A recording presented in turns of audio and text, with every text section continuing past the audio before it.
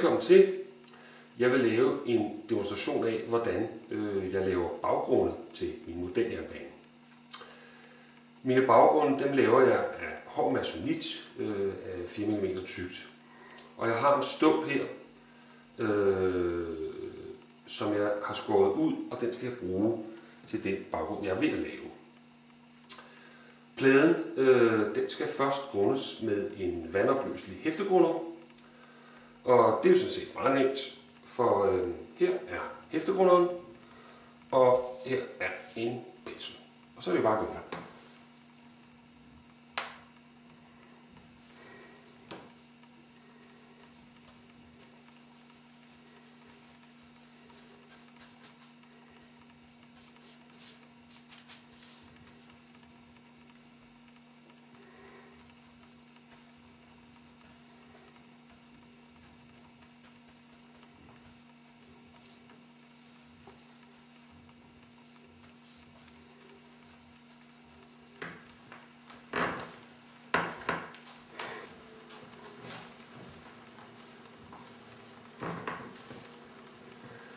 Hæftegrunderen er nu gennemtør. Nu skal jeg male 2 lag mat lysegrå maling på baggrundspladen. Jeg vælger at bruge lysegrå som himmelfarve på baggrunden. Det har jeg den bedste erfaring med. Her er den lysegrå maling, jeg vil bruge. Og her er min pensel.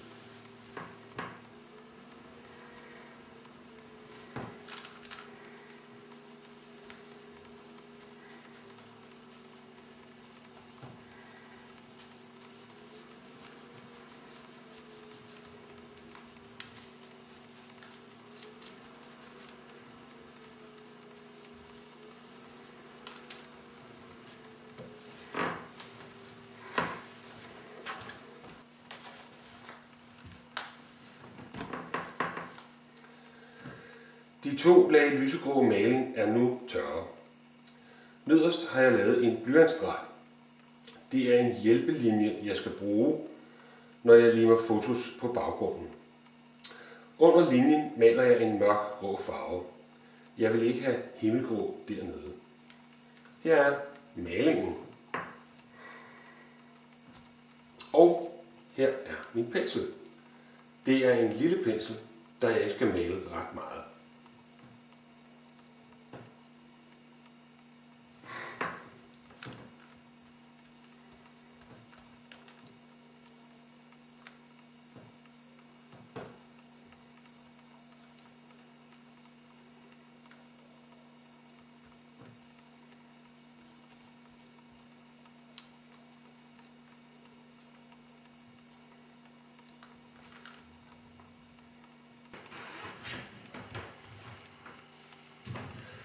Så er jeg klar til at ligne fotos på baggrunden.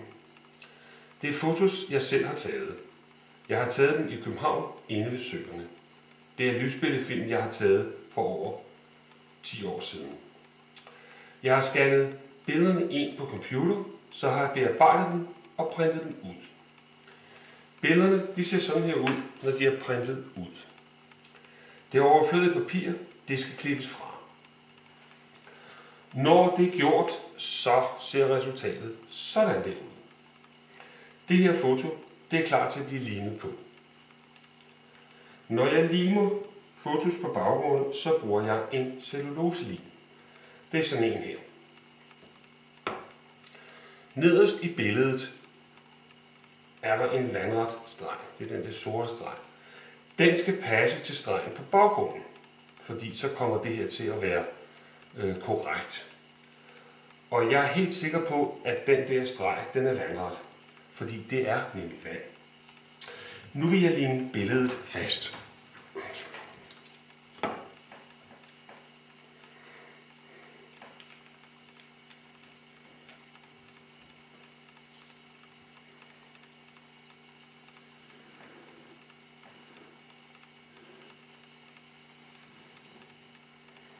Og jeg skal lime godt med celluloselim på. Jeg kører helt ud til kanten med de her ting her.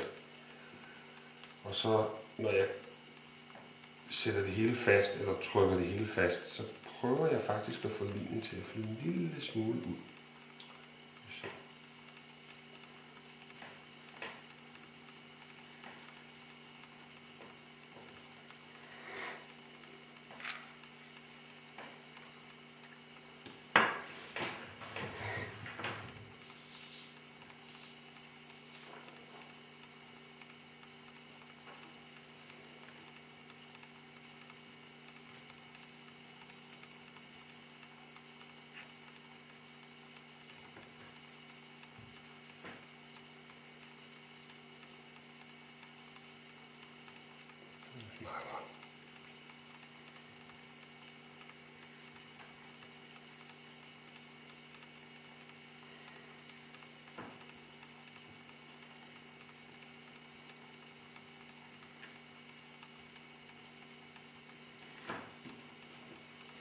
får lige bagsiden af en blyant til det der.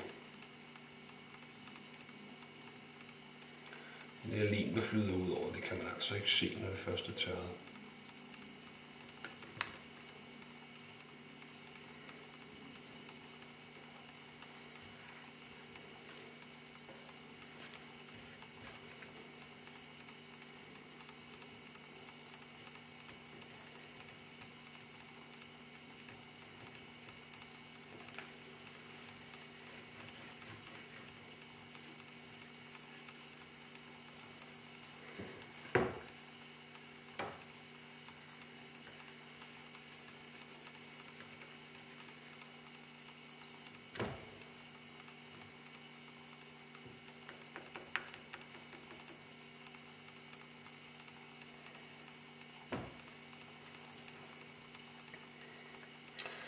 Godt, så skal de bare tørre.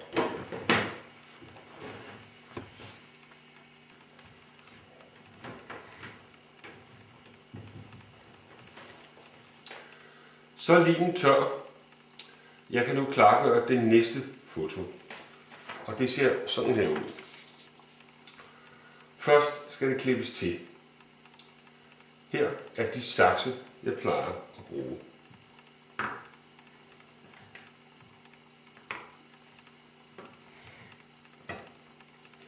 Det er mest den sorte og den røde, jeg bruger. Og jeg vil simpelthen bare gå i gang.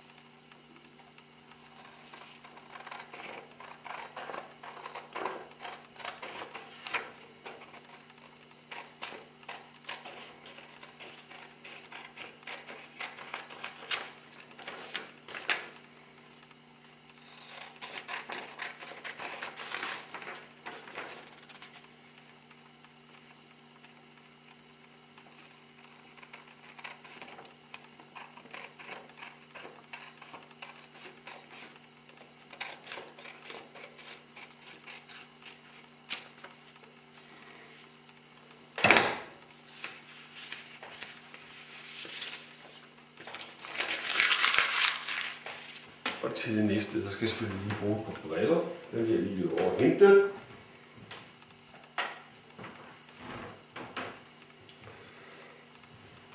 Ja, men nu har vi i hvert fald fået klippet det meste til her.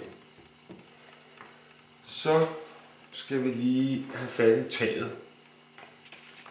Og så klippe nogle skorstene fri. Så det gør jeg lige sådan her.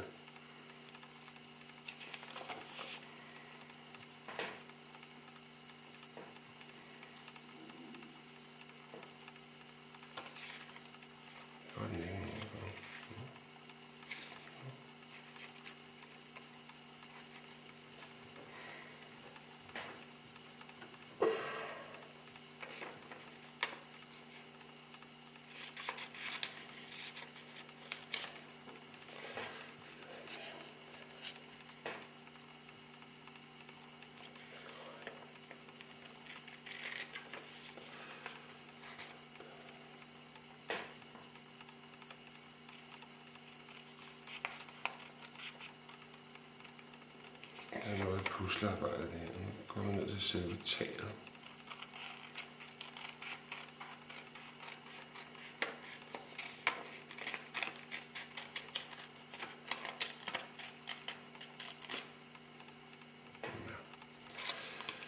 Jeg tror, at jeg gør sådan her.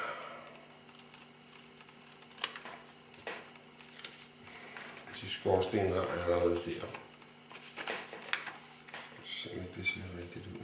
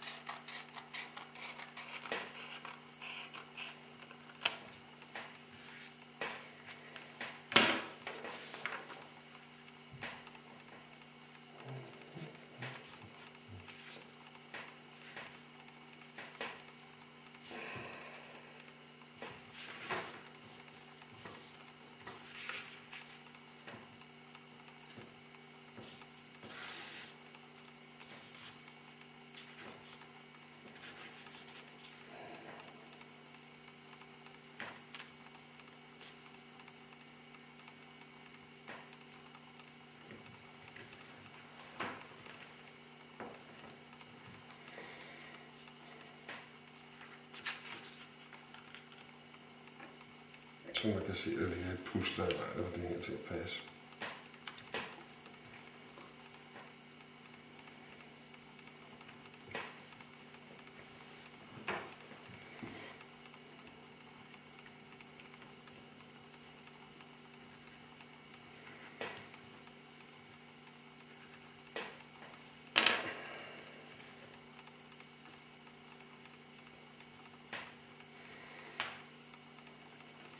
Jeg har lige det næste billede her, det skal jeg også lige bruge til at se, om det ser rigtigt ud, det jeg laver her.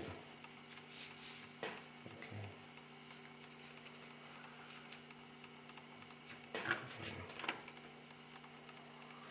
Gør det nok. Ja, men det man kan sige, det er, at den her, den er faktisk mere eller mindre klar til at ligne på. Jeg har sådan lige tilpasset lidt her, og jeg har klippet det til, så jeg kan se, at limningen kommer til at ligge, så man faktisk ikke rigtig kan se den. Den ligger et sted, hvor der alligevel er et eller andet. Ikke? Så den er sådan set klar. Og det jeg egentlig vil gøre, det er, at jeg vil ikke ligne den der, for det har vi allerede set. Jeg vil gøre baggrundspladen færdig, og bagefter så vil jeg se, hvordan det skal gøres fast og forbindes til resten af baggrunden.